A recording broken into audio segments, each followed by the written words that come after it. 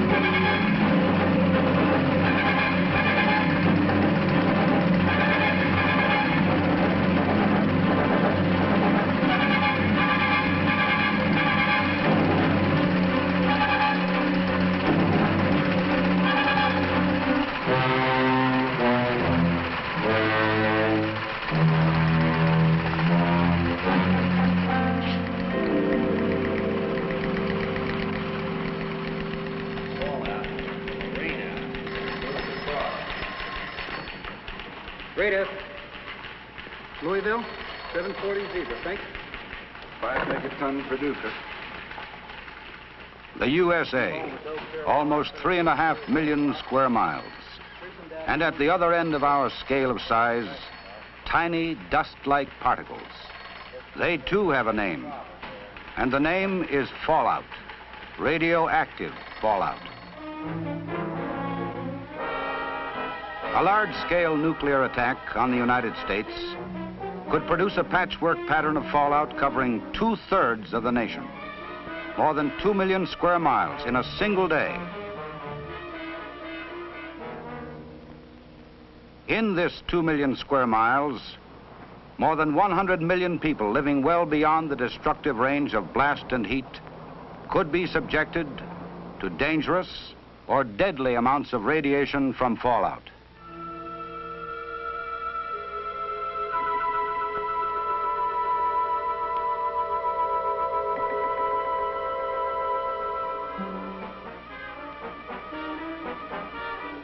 Carried upward 15 miles or more by the mushroom cloud, spread laterally by shifting winds at all altitudes, fallout from a single thermonuclear blast could severely contaminate a 60-mile strip downwind from ground zero, 1,200 square miles within an hour of explosion, 4,000 square miles in 6 hours.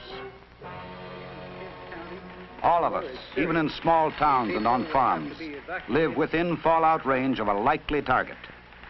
Furthermore, since these targets are often only a few hundred miles apart, fallout patterns can overlap, intensifying the danger.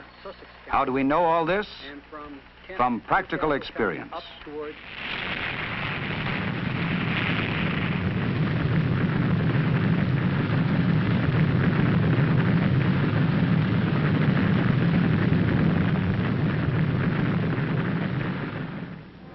A thermonuclear test in the Pacific in 1954 produced a highly contaminated area 20 miles upwind and 220 miles downwind, with a variable width up to 40 miles, large enough to reach from Washington, D.C. to New York City, along the densely populated eastern seaboard. In this 7,000 square mile area, there would be enough radioactivity to threaten seriously the lives of all who failed to take shelter before fallout arrived. Let's look at it in another way. Let's assume that industrial St. Louis were hit by a weapon with the explosive equivalent of millions of tons of TNT. Depending on winds, fallout could extend 40 miles into southwest Illinois in an hour, to Terre Haute, Indiana, 150 miles to the east in 7 hours, and to Wheeling, West Virginia, another 325 miles within 24 hours. Total drift, more than 500 miles.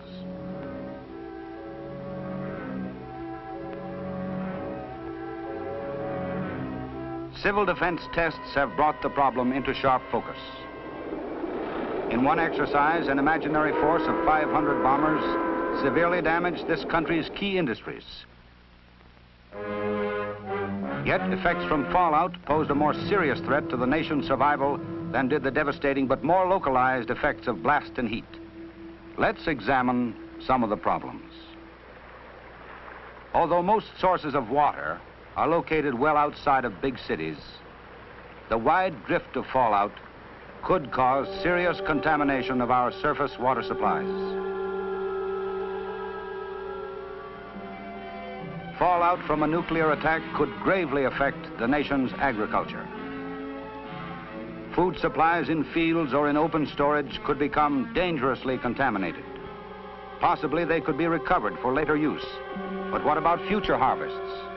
They too could be dangerous if grown in seriously contaminated soil. Cattle, horses, and sheep might have to be kept out of pastures for a long time.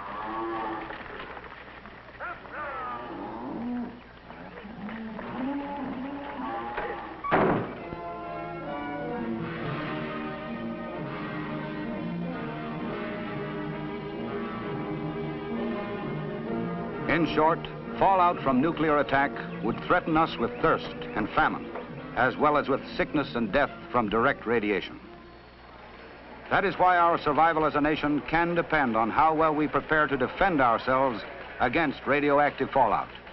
And there is a defense against fallout. Before we examine our radiological defense programs, let's take a look at the basis of the problem. As every youngster learns today, there is nothing new or mysterious about radiation. A Roentgen, which we call an R, is a standard unit for measuring radiation. In an average lifetime, a human being is exposed to perhaps a dozen Roentgens. This exposure comes from natural radioactive elements in the earth and cosmic rays from outer space. The human body withstands continued exposure to small radiation doses. It is when the rate of delivery is high, or the total dose in a short period is large, that recovery cannot keep pace with damage. Exposure of the whole body in a short time to 600 or more Roentgens of radiation will almost certainly be fatal. People receiving 200 Roentgens or more in a short period of time will get radiation sickness.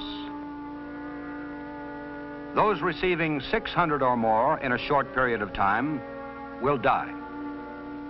For your protection, shelter is the answer, since highly dangerous doses can be produced by fallout radiation. This is what happens.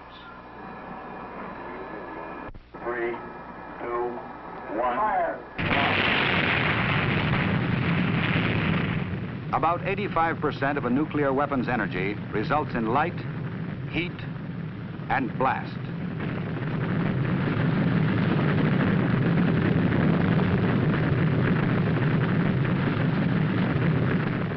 But 15% of the released energy is radiation. This is of two types. The first, initial radiation, is emitted from the fireball shortly after detonation. Since for large weapons it generally does not spread beyond the blast area, initial radiation is of minor concern in the overall problem of radiological defense. It is the second type, residual radiation, that creates the fallout problem. Its production can be described simply.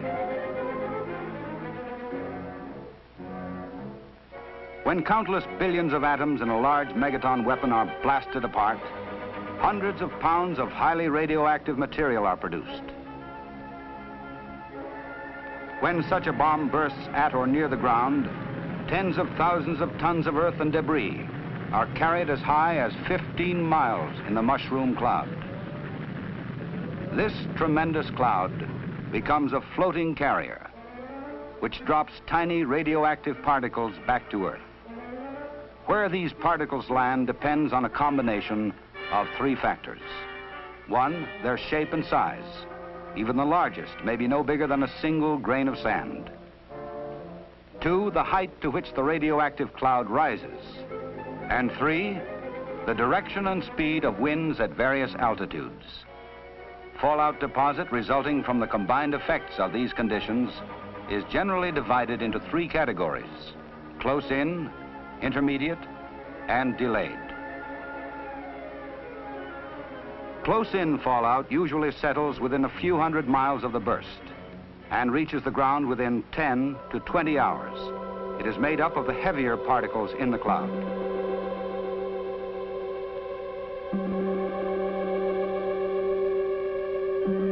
Intermediate fallout descends within a few weeks of the detonation. Since the particles are small, they remain in the air for weeks, covering many thousands of square miles. Sometimes they are driven to Earth by rain or snow. Delayed fallout is composed of very small particles that may drift completely around the Earth several times and may not descend for months or years. Radiological Defense personnel, RADEF personnel for short, are primarily concerned with close-in fallout. As you can see, close-in fallout is our real problem in radiological defense. And the problem becomes even more complicated because the speed, range, and direction of fallout depend upon ever-changing wind and weather conditions. Large particles fall fast and land relatively near ground zero. Smaller particles fall slowly, land further away. Winds, which vary at all altitudes and seasons, affect the pattern of these deposits. With winds variable at different altitudes, the spread of fallout will result from the effects of all winds acting upon it. For this reason, radiological defense officers cannot use surface wind direction alone as a basis for forecasting fallout.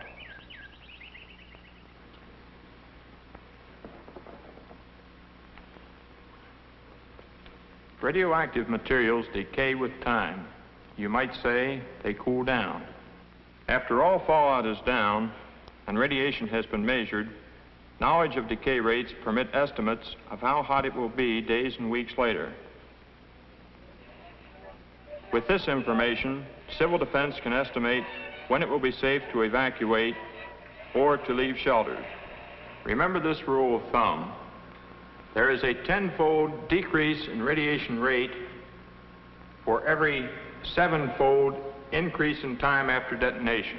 For example, a level of 1,000 R per hour at 1 hour after the explosion would be reduced to 100 R per hour 7 hours following the explosion. At 7 times 7 hours, or in 2 days, the level would be down to 10 R per hour. At 7 times 49 hours, or at the end of 2 weeks, the level would be reduced to only 1 R per hour. But remember, until decay reduces radiation to tolerable levels, there are only 2 safeguards against it: distance, that is evacuation to safe areas, or mass,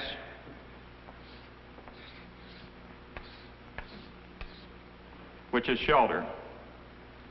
Underground shelters covered by at least 3 feet of earth, or basement shelters of the types recommended by civil defense, will give substantial protection. This is why we believe that most people who live beyond the areas destroyed by blast and heat can survive fallout if they will follow civil defense instructions. As serious as fallout is, we can cope with it through action as individuals and through an effective radiological defense program. An active program carried on by federal, state, and local governments. At the federal level, representatives of many agencies meet regularly to perfect methods of collecting and analyzing fallout information and to find the best means of advising our states and communities about fallout conditions after a nuclear attack.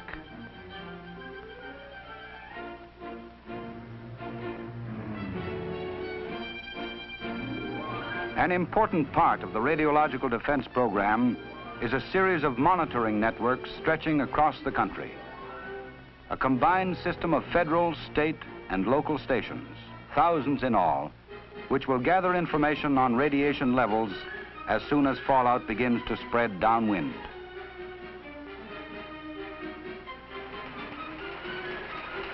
On the basis of this information, transmitted by top priority communications of every type from coast to coast, early, effective action for our protection would begin at state and local levels.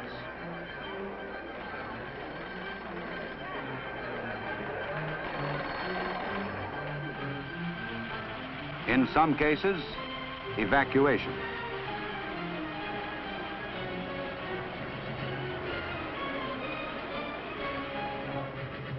In most cases, shelter. The federal monitoring network at Weather Bureau stations, Federal Aviation Agency sites, Department of Defense Air Weather Service units, and other government organizations operates on a round-the-clock basis.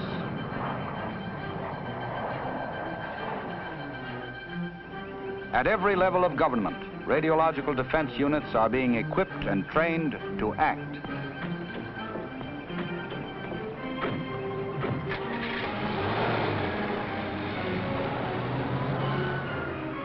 Fallout forecasts, issued several times daily by Weather Bureau stations, will be useful in estimating local fallout areas if we are attacked. Certain stations gather weather information that is processed to give an estimate of the areas in the nation where fallout could be expected.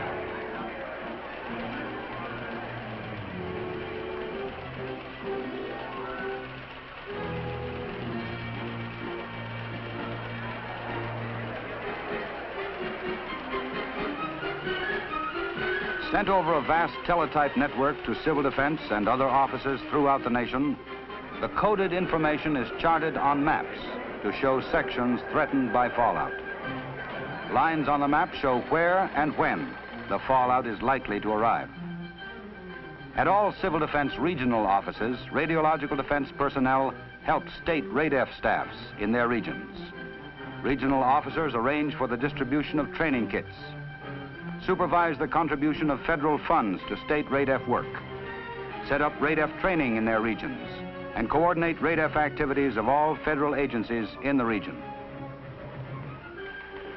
This is important enough to have sufficient copies made both correct. Midwest, eastern across the rain out, increasing radiation is tested here in Ohio and western Kentucky.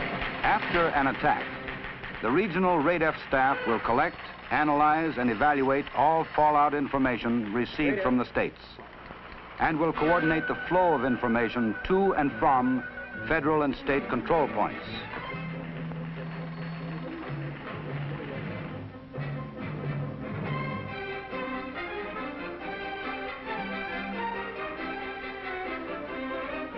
The state RADEF people will use both ground and aerial monitoring units to make broad statewide surveys.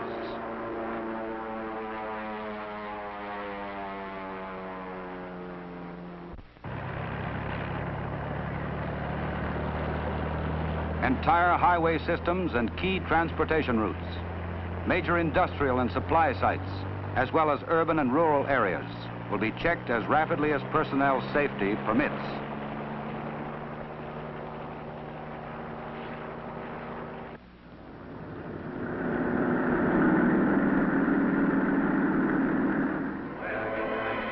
The state RADEF unit also maintains working maps. It plots and correlates data, analyzes reports. By transmitting its summaries, it links regional and local offices. But it is at the local government level that radiological defense will be on an immediate, down-to-earth basis.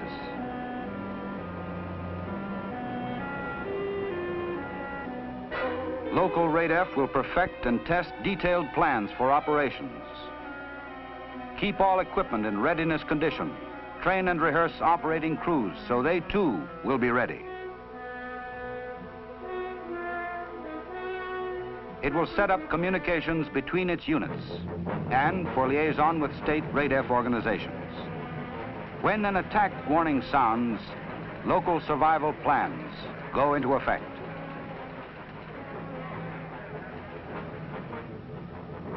Monitors will report to their stations. The public will be advised to take shelter or evacuate.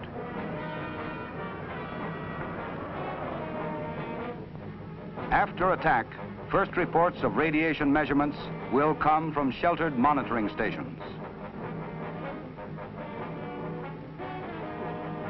As soon as radiation levels permit, police, firemen, highway maintenance men, conservation officers, everyone trained to use survey meters will begin the vital work of getting detailed data to control centers.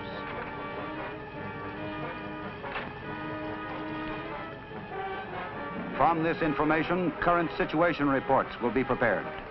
Using these reports, RADEF officers can answer urgent questions raised by local authorities. Can short survival missions be undertaken? Is our water safe? What roads are safe? Are feed, livestock, and crops contaminated? When can emergency teams begin decontaminating and reclaiming property?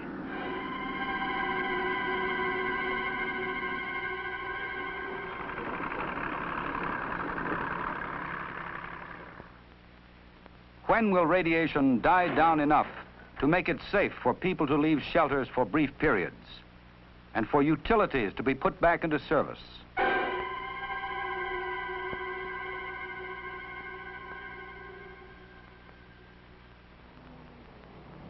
Survival of whole communities can depend on the accuracy of answers given to these questions. Local RADEF plans also cover places where people work. Employers must shoulder their responsibilities by providing fallout shelters for workers. At work and at home, everyone must understand the hazards of fallout and the value of shelter. Every family must provide for its own survival for at least 2 weeks. Since radiation levels outside would often be deadly, fallout shelters will protect the most people. Both the underground and indoor basement shelters recommended by Civil Defense can be very effective. They must be stocked with a 2-week supply of food and water.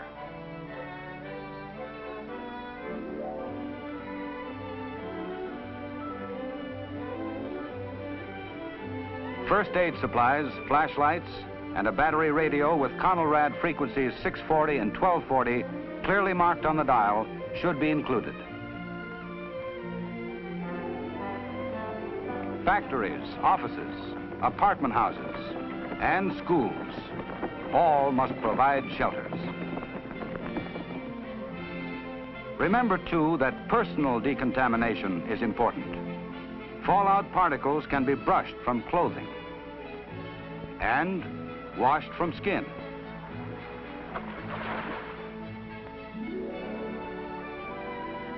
All in all, a big program. Some of it in being, some under development.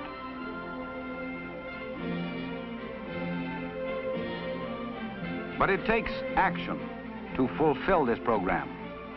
Radiological defense training is being expanded. First priority, train more instructors. At 3 national centers, in classrooms, on calibration ranges, learning theory and practice, more than 2,000 adult students each year are taking basic or advanced courses. Courses that will qualify them to instruct classes back home. A total of 600,000 monitors must be trained to make radiological defense effective in every community. To support this program, radiation survey meters are being distributed widely. These instruments, which measure radiation levels in terms of Roentgens or milliroentgens per hour, are the backbone of radiological defense. In addition to survey meters, dosimeters, instruments which measure total doses of radiation, are being distributed to the states and federal agencies. Radiological Defense instrument kits for use in science classes are being distributed to 15,000 high schools throughout the nation. With the aid of this equipment, our young people will acquire a better understanding of radiation and will be better prepared to contribute to the nation's RADEF effort. Improved radiation measuring instruments and multiple-purpose computers are being designed, built, and tested. An intensive public education program to tell the American people about radioactive fallout and shelter is underway. For it is an informed public that will mean the difference between success and failure in meeting this threat. Informed people in homes and factories and offices must know their personal responsibilities for shelter and protection. Informed officials at all levels of government, from Washington, D.C. to the smallest town council, must understand the RADEF program and help make it work if the people of the nation are to survive.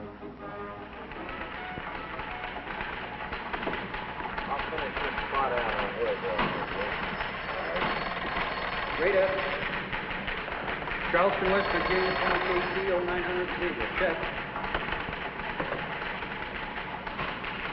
Our efforts now to build a workable radiological defense will pay off richly by helping to deter aggression and by saving countless lives if nuclear attack should come.